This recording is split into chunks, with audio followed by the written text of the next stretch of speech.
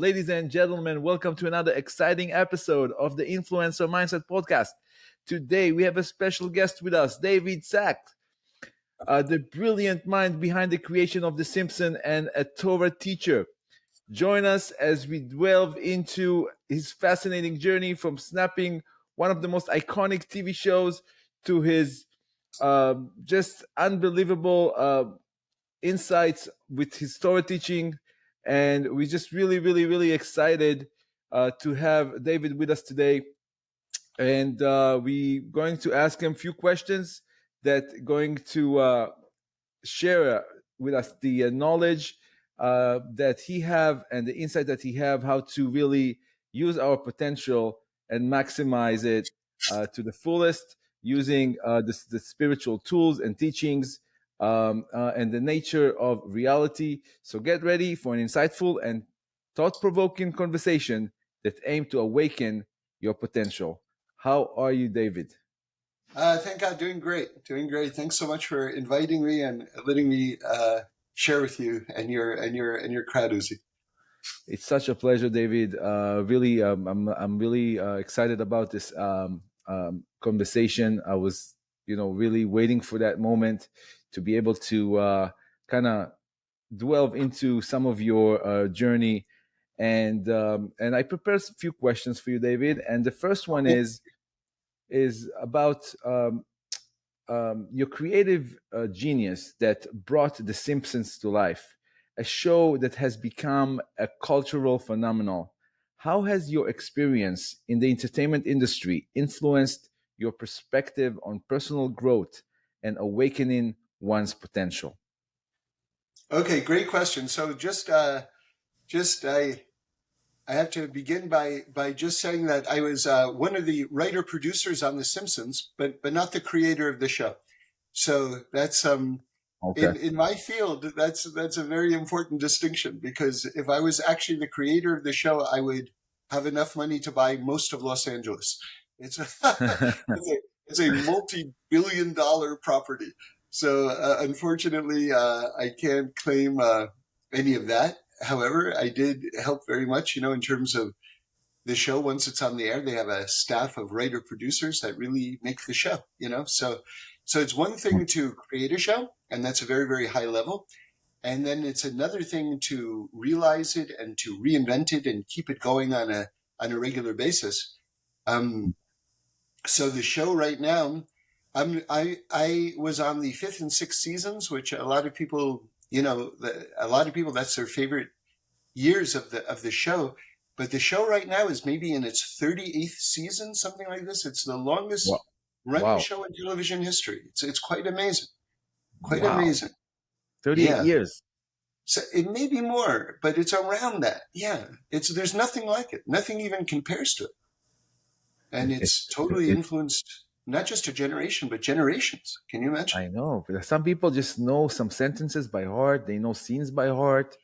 It really is a cultural phenomenon, and just being a part of that, and then kind of finding, being in that world of writing for a show that big, and then coming from that to to be able to transition from that world to teaching Torah and to spirituality. That's kind of fascinating. Yeah, so I should say that I'm still writing and producing television and still teaching, and so all of that is still going on together simultaneously. When I was on The Simpsons, like, we'd have breaks, and I remember I would go up into my office and I would learn Gemara. Wow. Yeah, during the breaks. Amazing. That's amazing. So, yeah, how has one shaped the other? Well, success is a very interesting idea, and I think a lot of people, like, if you come up to them, especially all over the world, but especially in America, it's so success oriented, that if you came up to them and you say, "Would you like to be a success?" "Oh, of course, I want to be a success more than anything. I would do anything to be a success." People would throw themselves in front of a bus. I'm making a joke, but to be a success. But then if you ask them, can you tell me what a success is? They'll be like, So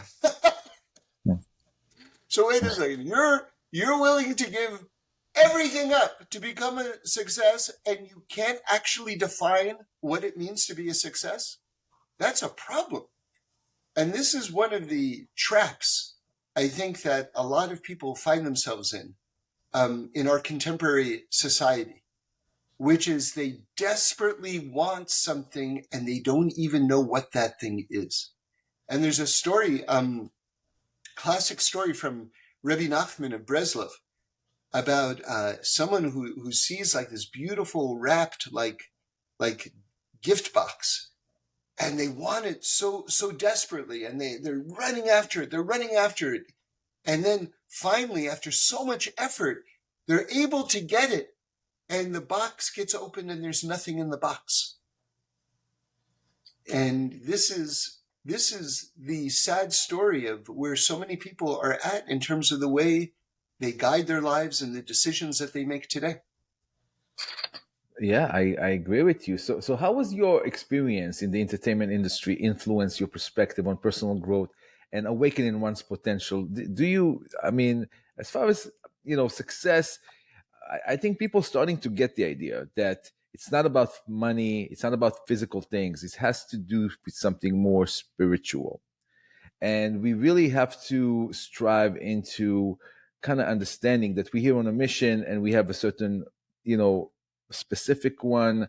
And but how does one, from your perspective, finds that mission, a way for them to for personal growth and fulfilling their potential in today's world?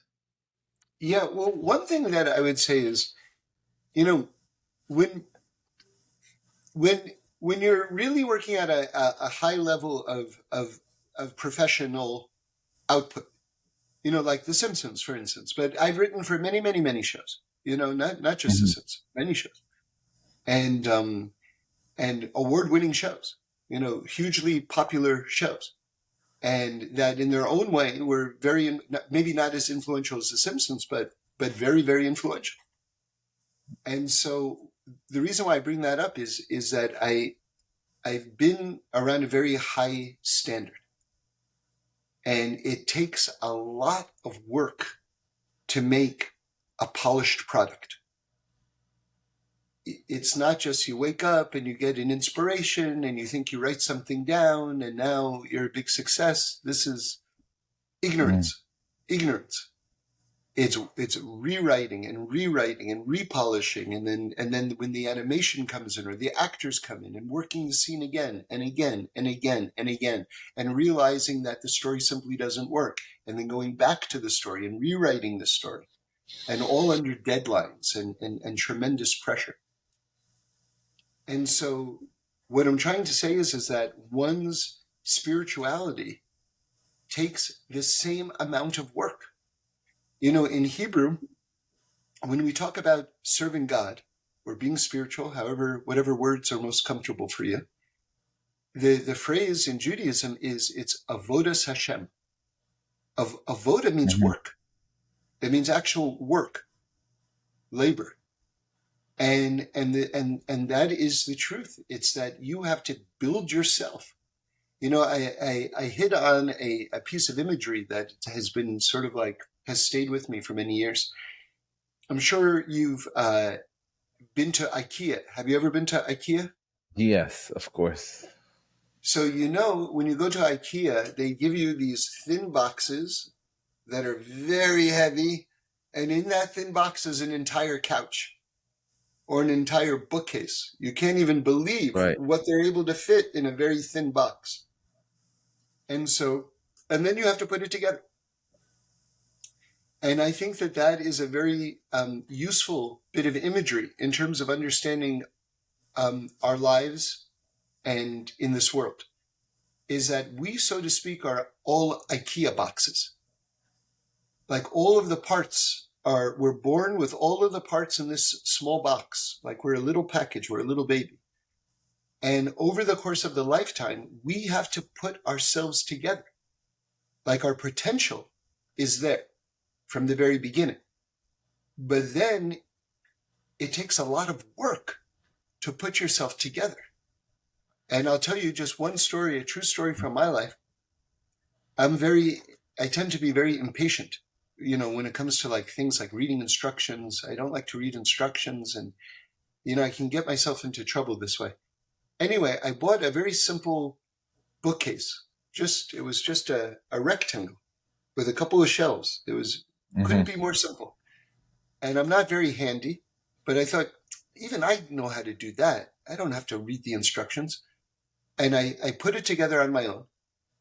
And within minutes, I'm not making a joke, within minutes, it imploded on itself and the shelves snapped in half. Wow. It was so dramatic. It was so dramatic. And I realized I didn't read the instructions.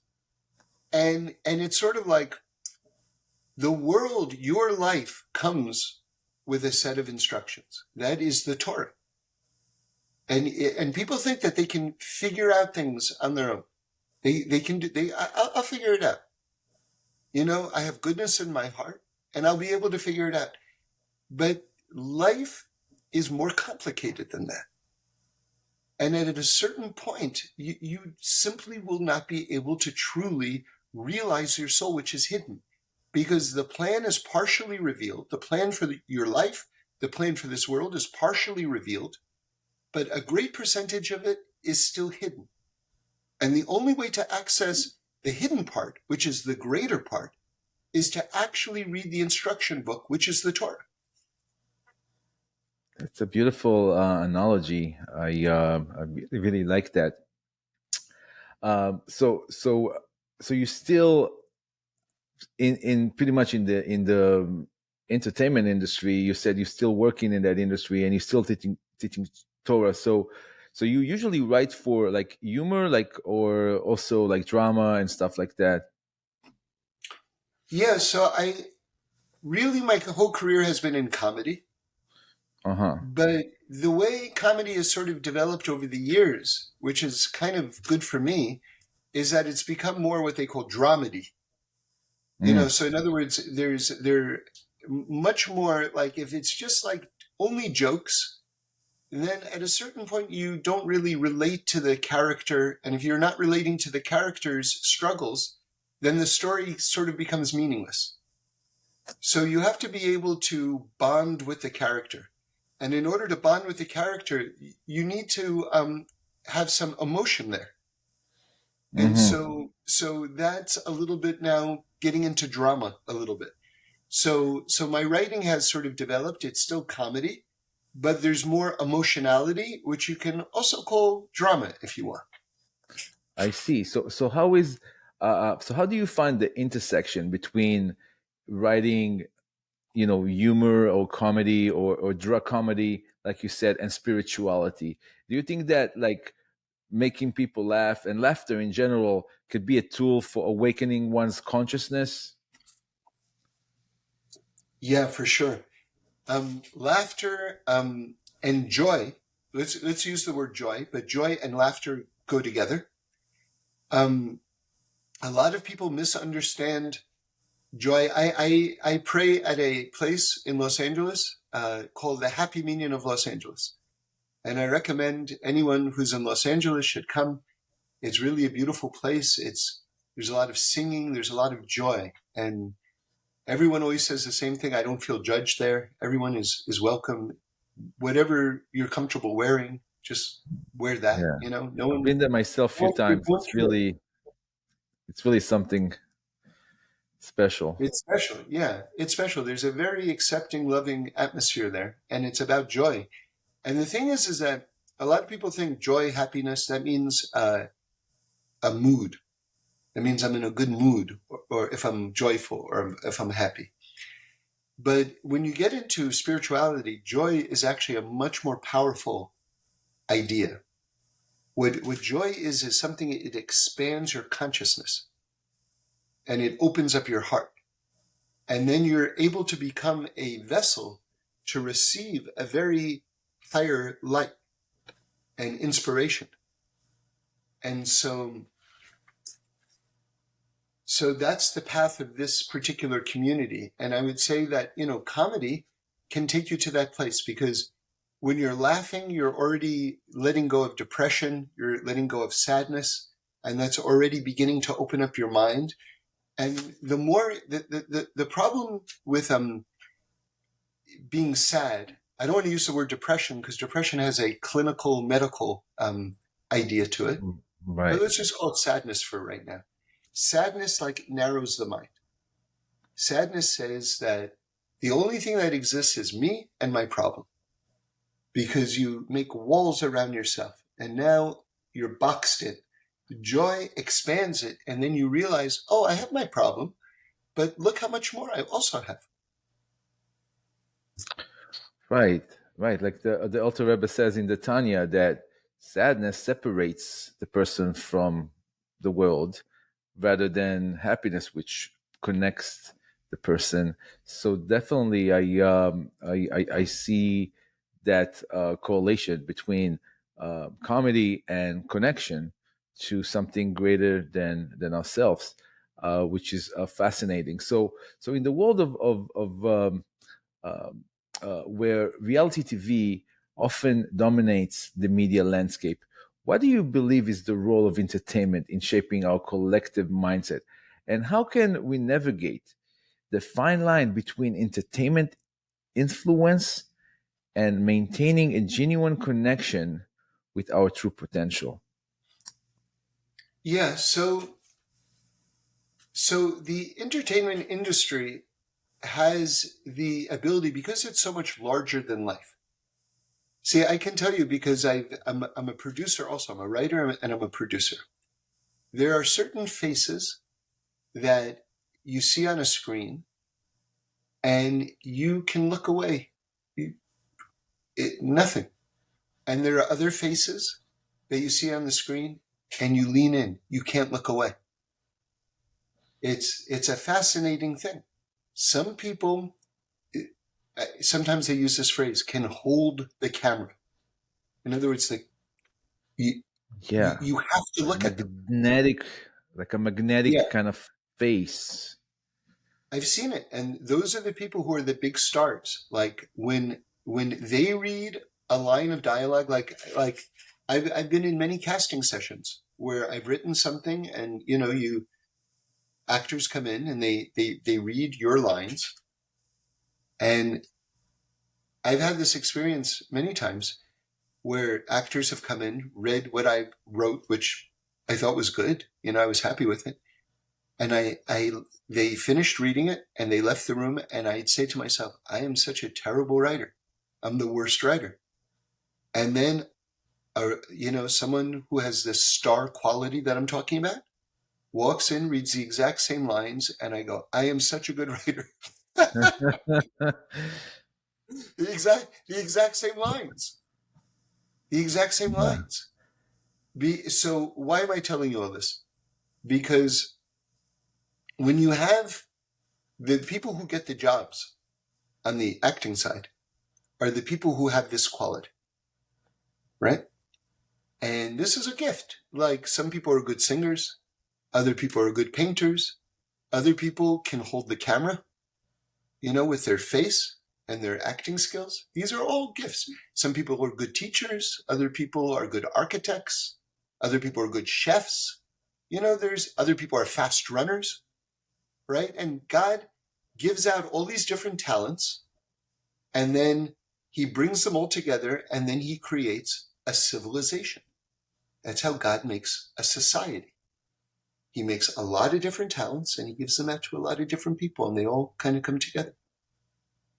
So the idea is, when you have someone who you have to look at because they have this, as you said, magnetism, right? And they're telling a story, this is going to influence you, because a lot of people, they themselves don't know, because they haven't studied Torah. They don't know that there's a concept of truth in the world. And so they think, I'm a smart guy. I'll just try to figure it out, or everyone's just making it up as they go along. So I'll just join the club and make it up as I go along. This is how most people go through life. And so when they see something presented, an idea presented by someone who's very magnetic, and the production is they spent a lot of money, and maybe there are even special effects that make it look very magical, and you know Right. you Today know with AI, everybody could look. yeah, so they think, I'll do this must be the truth. They're influenced disproportionately by these messages. Now you say, oh, well, then Hollywood's evil.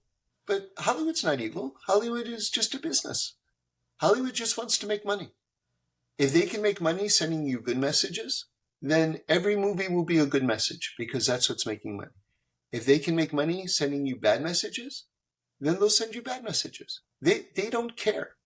Hollywood itself is not good or evil. It's just a business. It just wants to make money. So whatever is making money, that's what they're going to make. That's all. Okay, but today kind of like business environment changed, and more companies are into not the money but the social justice and giving back to society.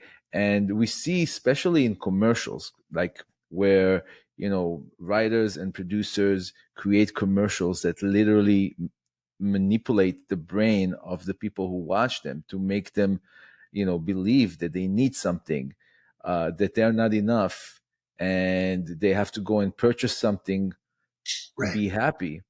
What do you That's think true. about Yeah. that? What do you think about this mind manipulation that's going on through the media, through Hollywood, through commercials and stuff like that? Well, it's very real. Like if let's say I have, let's say I'm selling deodorant. So the way I would sell deodorant is I have to make you feel very insecure that you smell bad. So I have to send you a message. You smell bad unless you buy my product. Right? Like, Right. in other words, every product, and you can fill it in, whatever it is, every product has to tell you you are lacking something and you need what I am selling you in order to be complete. So advertisements can be very, very toxic. Everything can be very, very toxic. But this is just business. It's if a person is strong on the inside, then they won't be affected by these things. So the answer is not that these things should go away, right? Because the truth is, I do need deodorant. I may not smell bad, horrible, but it's good for me to wear deodorant, you know? So these products are helpful products. So the answer is not that there shouldn't be any more products in the supermarket or in the pharmacy. The Right. answer is that every person has to feel strong inside themselves and feel good about themselves. And so that is the answer. Now, unfortunately, because this type of formal education and formal religious type of education has sort of like fallen apart over the last couple of generations, you have the worst of both worlds. You have people who are totally insecure and lacking, and then you have all these messages being sent to you just because they want to make money, how you need these things and you're so lacking. So now I already feel broken, and now I feel even more broken. But Exactly. this is something that is not their fault. This is our fault, because our whole system of properly educating people has fallen apart. We have to take responsibility for that. And every single person has to take responsibility for understanding that they are precious and that they are a treasure. And yeah, and they're enough. And the feeling that you need something external to feel worthy, I think that's something that the media and the commercial some instilled in us, to so they can make money.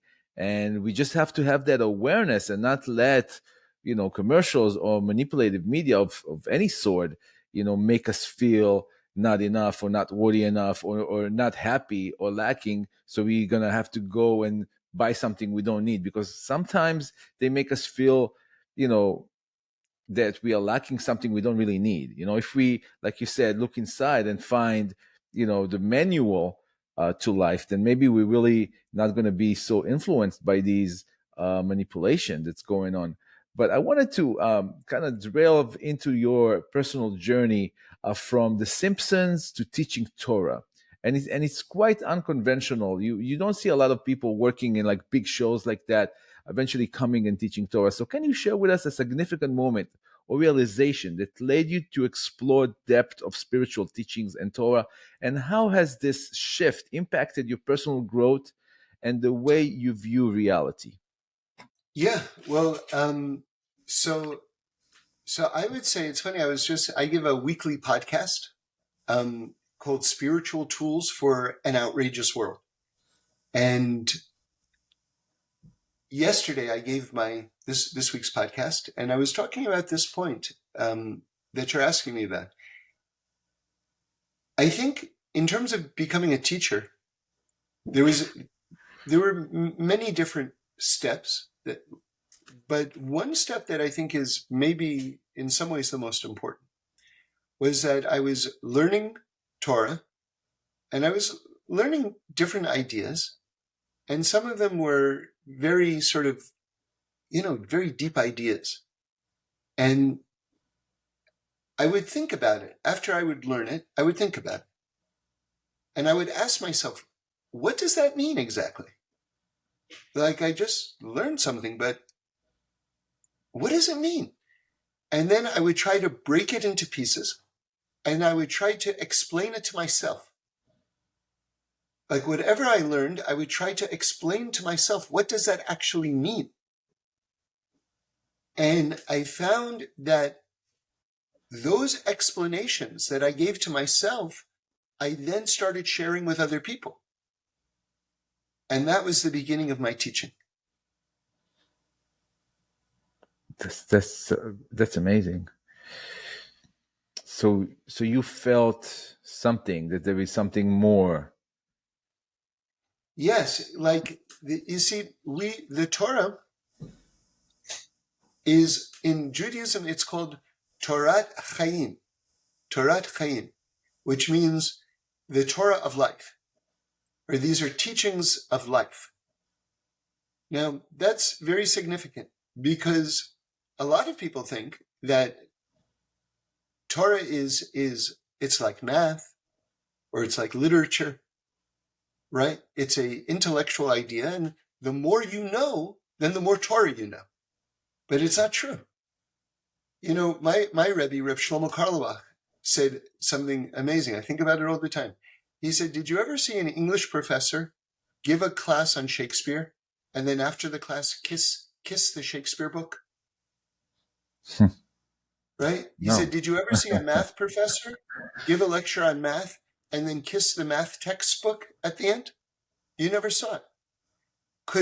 But when we learn Torah, before we start learning, we kiss the book. After we start learning, we kiss the book. Our relationship with Torah is not just an intellectual relationship, it's an emotional relationship as well.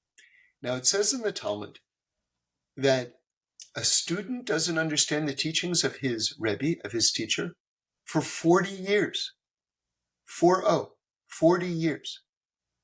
Which means, what are they saying? They're saying that when you learn Torah, it's not just a piece of information like, how do I get to the supermarket? Okay, you go straight and then you take a left and it's going to be on your right. It's not information. You have to live with it. You have to live with these teachings. You have to live with them. And not only are you living with trying to understand them and understand how deep they are, but you're simultaneously using those teachings as a blueprint to build yourself and to refine and craft yourself. You are the product. You are the product. And after many, many, many years, then you go, oh, I see what it is. That's Torat Chaim, the Torah of life. That's what it means, that you have to labor, you have to work in these ideas. And then when you do that, you realize that life is so much bigger than whatever your job is, whatever your address is. You know, that the world is really eternal, that you have a soul that's going to live forever after you with your consciousness in it. So you will live forever. It's just you'll live outside of a body, but you will continue to live. I saw we had a rabbi in town in Los Angeles, Rabbi Shmuel Diamond. He said something so good. So I'm saying it in his name.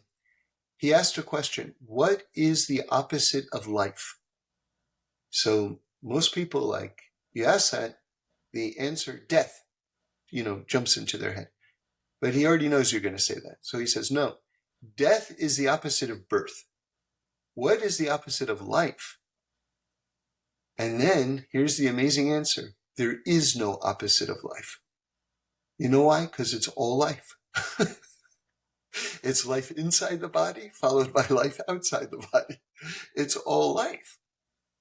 And when you begin to work in these ideas that are in the Torah, your mind expands, your vision of the world expands, your vision of yourself expands, and everything becomes meaningful. You see, we live in a society right now. You asked me, how is entertainment influencing our perception of reality? We live in a society right now where, one way or another, it feels like there's a plague of meaninglessness on us. Just like we're in a dictatorship of entertainment. Can you imagine? Like we're like slaves to entertainment. Entertainment is like a dictator over us. And if we're not constantly being entertained, we feel like all of my life force has been taken out of me. Like if God forbid I'm bored for a second, this is the greatest horror that I can experience. And when you actually start to learn Torah and get into the deeper ideas of reality, you realize that everything is meaningful. Like I thought of it this way one time. There was a period, right now, this isn't, people don't think like this so much, but there was a period where people did, where the next time a Star Wars movie came out, this was the greatest cultural event. People were so excited. They couldn't believe it. And I thought to myself, imagine like the biggest Star Wars fan, like right before a new Star Wars movie. What is the greatest thing that they could ever hope for? That the new movie will make them feel the same way as when they first fell in love with the franchise, right? That's the greatest they could hope for. Or maybe Right. they couldn't even consider this as a possibility. Maybe they would like it even more than the first one that they saw, right? That would be the greatest thing. Now, imagine I go up to that person and I say, what if you are a Jedi Knight and everything around you is Star Wars in your real life? Would that be better? Like they would freak out. Wait, I'm the star of the movie and the real life around me is actually the thing, and I get to battle like all this and bring perfection to the world. But that's what Torah is saying. That's what Torah is saying. That's when we say that everything is meaningful. That's the idea. All of us are on the front lines of imperfection becoming perfection. I like to say that we as Jews believe in evolution more than Darwin did. Because Darwin says that there was, originally a one-cell organism, and then it evolved into this very complex thing called human beings. But the Torah says human beings are still evolving. We're still evolving toward perfection. Like our level of perfection is going to be radically greater. And that the world itself is going to become a perfect world. So we believe the world is evolving too. And we're on the front lines. That's what we're doing here. We're on the front lines trying to make that transition. And the tools that God gave us to make that transition are the mitzvot of the Torah. to love each other, to help each other. That's really really inspiring, David. I want to ask you. I have actually two more questions to ask you, but I'm going to ask you one question because I see that we are already 35 minutes in. So let me just ask you about today's world that many people really seek external validation and define success solely in terms of popularity, likes, and followers. How can we shift our focus from the external world to cultivate our inner potential? What advice do you have for aspiring individuals who wants to awaken the true purpose and live a meaningful life? So we talked about some of those things already, and I would say in terms of what you were saying about followers, numbers of followers and numbers of likes and things like that, that is a very powerful challenge, because if two people say they liked it, that's nice, but that means probably how many more people just didn't like it? You know what I mean? Like, Right. you know what I mean? Like, I look at this guy's social media and he has 100 likes. I look at this guy's social media and he has 10,000 likes. This one has 50,000 views. This one has 3 million views. You know what I mean? Like, Right. what am The I? I've difference. got 10 views. You know what I mean? So it's, and so you tend to make an equation. You say, that's how good I am. And that's garbage. That's garbage. I there's a big Rabbi Pesach Krohn, and I heard him say one time that he travels all around the world giving speeches. A very amazing personality and rabbi. And he was checking in at an airport, and one of the people who was working for the airlines is, trying to make the lines go smoothly and get people in the right line. And this person comes up to him and says, "Are you first class?" And he says, "Yeah, I'm first class. I'm flying economy, but I'm first class." So, you know, the idea that I'm 2 likes, that's all I am is 2 likes. No, I'm first class. Maybe I only have 2 likes, but that doesn't define me. That's ridiculous. So the thing is that people, in terms of social media, they have to be very proud of the product that they put out there. You put out a message, you put out a good product. If it's a video, you make sure that it looks excellent. You don't just put anything up there. You put out something of high quality that you're proud of. And then your job is done. Because we control the effort, God controls the results. The effort is in our hands.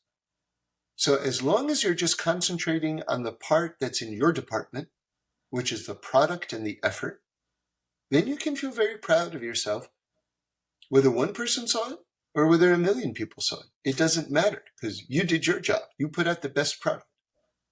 And then also, you don't know. One person can enjoy it, and then that influenced one decision that they made in their life, which set off a domino effect, which brought so much light and redemption to the world. You have no idea what even one view translates to in this world. You have no conception, right? It's like, with me, I've been doing my podcast for like something like 15 years, something like this. And Really? Wow. I feel like I've got seeds in my pocket, and wherever I go, I'm throwing seeds. That's just walking through life, throwing seeds. And sometimes a car's going to run over that seed, nothing's going to happen to it. Other times, a real tree is going to grow from that seed. I don't know. And a lot of the results I'll never see. Right? But that's okay. Just you go through life doing this. That's it. That's your job. That's beautiful. Not to be affected by the results, but just do the best you can.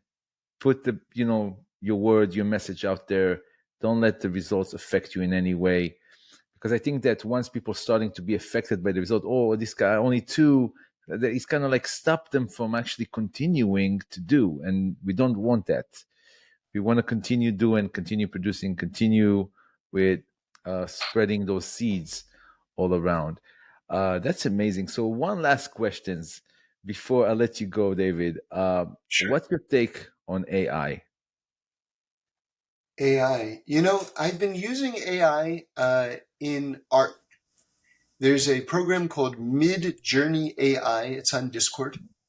Yeah, And now when I post a talk, I'll make based on one of the themes in the talk, because I usually talk about a lot of different ideas.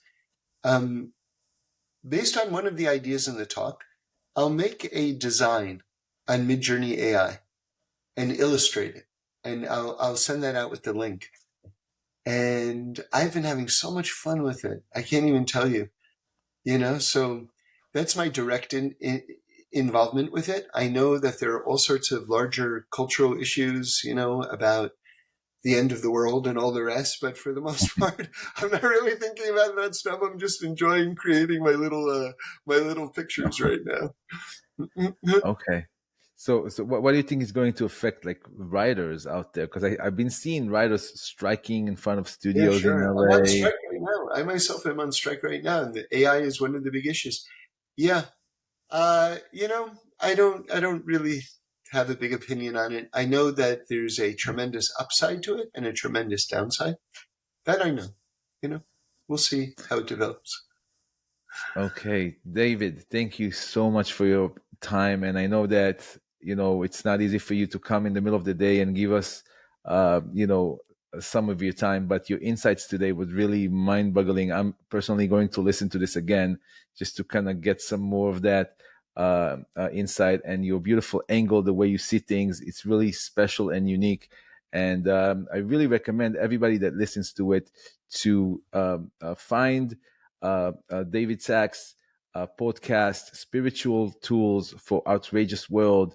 And where's the best way to find it? I'm going to also add your link to it at the bottom of the video. Yeah. Also, I just started a new WhatsApp group where Mhm. I'll send out the content too. So if you want to join my WhatsApp group, you're welcome and love to have you. Yeah, and I'll That's send you the awesome. link for that. Yeah, Good. I'm it's I'm called part of it. I'm personally a it's fan. called I'm listening to the podcast. I'm loving it.